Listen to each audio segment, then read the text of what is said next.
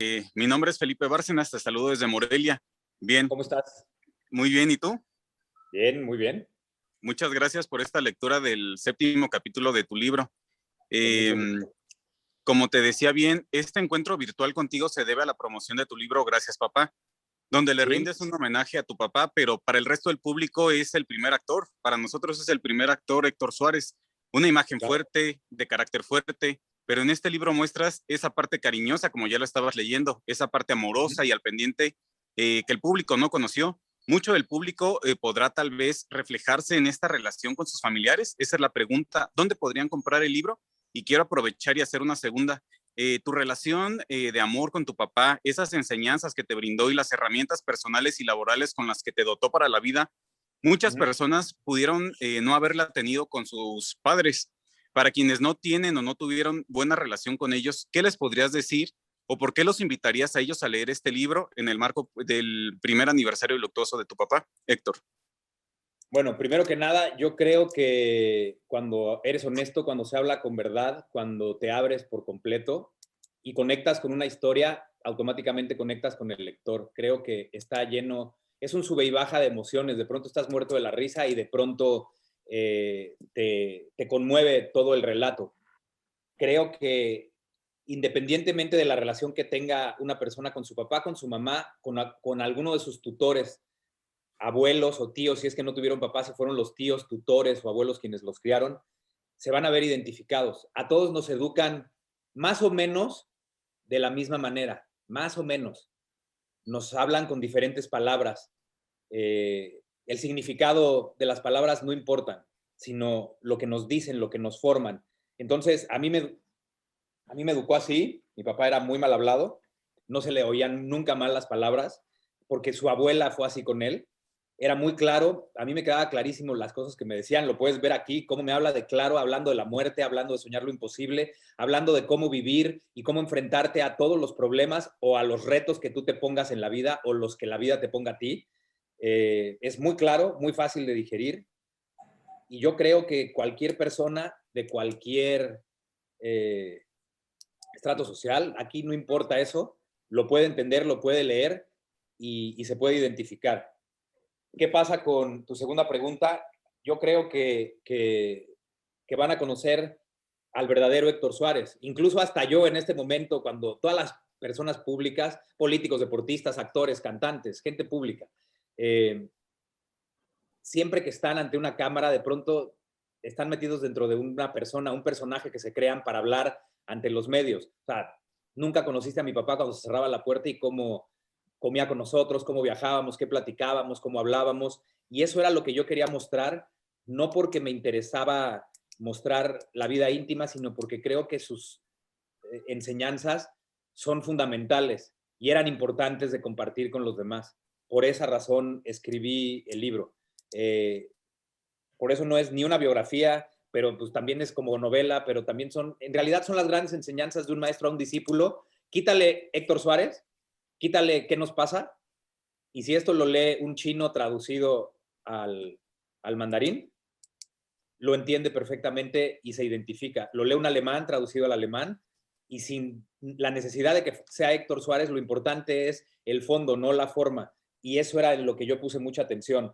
En eso y otra cosa muy importante, no mitificarlo, hacerlo humano, humanizarlo tal y como era, para que entonces todos sus argumentos, toda su filosofía y toda su sabiduría pudieran entrar muy fácil por la vista y llegar al corazón, al alma, si le quieres decir, o a la conciencia de las personas que lo leyeran.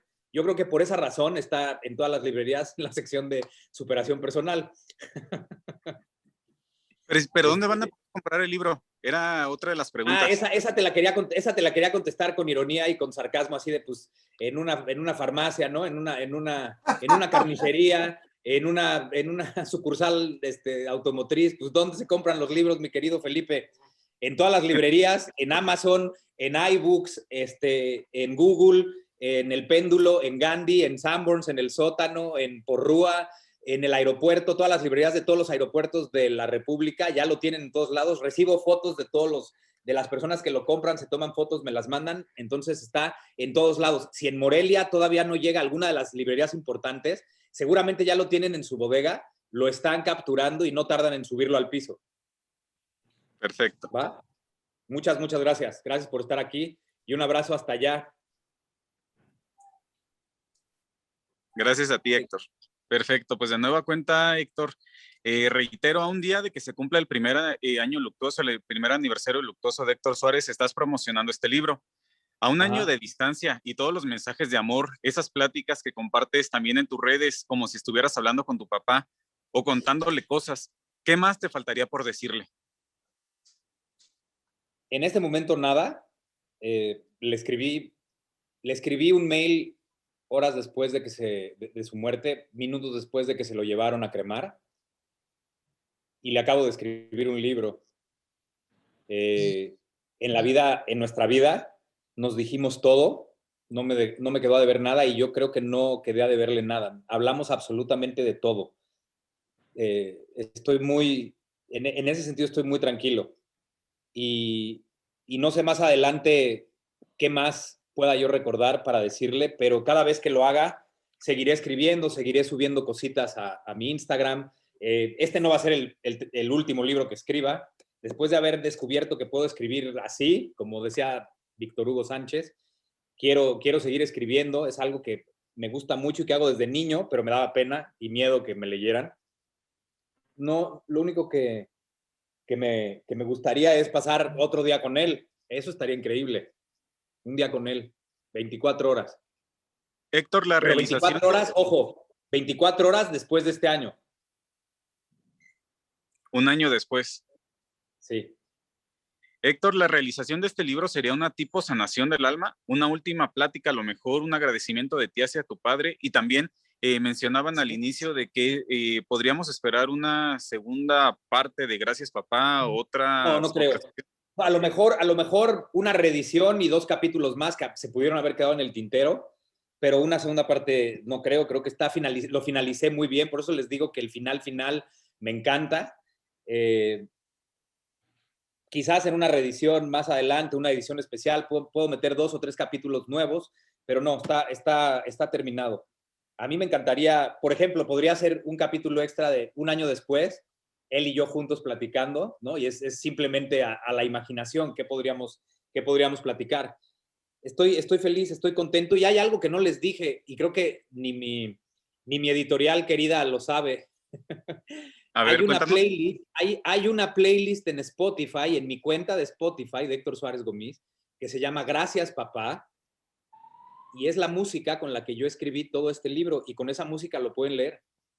Y dura casi 4 horas, pura música instrumental, desde luego, que me inspiró, que era música que oíamos él y yo, y al final el último tema es El Sueño Imposible, cantado por Josh Groban, o sea, que tiene que ver con todo el libro, pues, por si lo quieren poner. O sea, hay una playlist para leer el libro, para acompañar el libro. Y creo, en resumen, mi querido Felipe, que esto es es una caricia al alma, es un gran compañero para toda aquella persona que haya perdido un ser querido, no necesariamente papá, puede ser papá, mamá, hermano, abuelo, esposa, esposo, hijo. Una gran compañía para eso. Hablamos mi papá me hablaba todo el tiempo constantemente de la muerte, y son sus grandes enseñanzas, es una caricia al alma, yo así lo pondría. Héctor, para terminar mi participación y puedan preguntar los demás compañeros, ya mencionabas también 100 días para enamorarnos, esta Netflix, y ahorita estás en plena promoción de este libro para tu papá, pero ¿tienes ya en puerta algún otro proyecto, a lo mejor otro libro?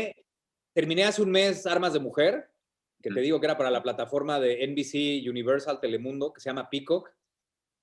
Hice casting he hecho 8 castings para esta próxima temporada de verano que se empiezan a grabar series. Todavía no me han dado callback más que para una.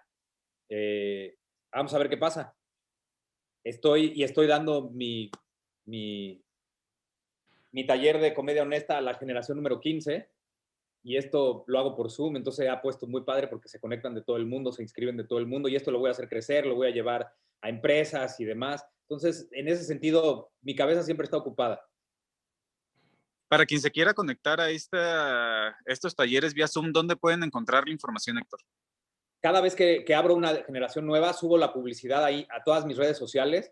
Se inscriben entre 40 y 50 cada generación y dura un par de meses, descanso un par de semanas y empieza la otra, y así llevo ya casi un año por Zoom. Antes las había dado presenciales en México y generalmente se inscribía el 100% puras personas que querían hacer stand-up y hacer comedia. Hoy se inscribe el 95% de gente que no quiere hacer ni stand-up ni comedia, sino que quiere... Es gente que son coaches, que hablan en público, quieren dar conferencias, gente que quiere curar el dolor a través del humor. O sea, creé un taller que sirve para crecer de alguna manera, si lo quieres llamar así. Y hay varios de mis alumnos conectados hoy, aquí en Pues la muy, conferencia de prensa. Gracias, querido Felipe. Muchas gracias. Una historia de amor. Entonces, ¿qué ocurre en este libro? Este libro ocurre en las primeras 26 horas después de la muerte de mi papá. Narro desde el momento en que me avisa mi hermana Isabela que papá ya no respira. De hecho, así se llama el primer capítulo, Papá ya no respira. Narro cómo lo encuentro, qué hice en ese momento, cómo subí a su cuarto, cómo lo abracé, cómo me despedí de él, cómo lo vi desaparecer un par de horas más tarde en esa bolsa de cadáver, que es un momento que no le deseo a nadie. Lo describo cómo yo lo viví. Y cuando se lo lleva a cremar mi tío Gustavo, su hermano Gustavo Murillo Hernández, que es hijo de la mamá de mi papá, no del papá de mi papá, pues todo lo que estaba en mi mente. Entonces viajo al pasado. ¿Qué tan al pasado? Pues desde la Revolución Mexicana hasta la época actual. ¿Por qué? Porque la otra gran protagonista de este libro es mi bisabuela, la Agüe, como le decía a mi papá a su Agüe, que fue quien lo crió. Él es consecuencia directa de esta mujer, una mujer con una sabiduría y una filosofía de barrio muy amorosa, que además fue soldadera de la Revolución, se escapó de su casa a los 17, 18 años para irse con el novio, y mi papá es consecuencia de ella. Los 4 hijos de mi papá somos consecuencia de la consecuencia de mi papá. Narro todo lo que vivió mi papá con ella, como las grandes enseñanzas de mi bisabuela, mi papá me las heredó a mí, y aparte todas las otras, los grandes aprendizajes que tuvo mi papá a lo largo de su vida, cómo fue que me los enseñó. Mi papá siempre me decía constantemente, campeón, porque saben que así me decía, campeón, campeón, atrévete siempre a soñar lo imposible, chingado. No sueñes cosas chiquitas ni pendejas, sueña lo imposible. Así son los grandes.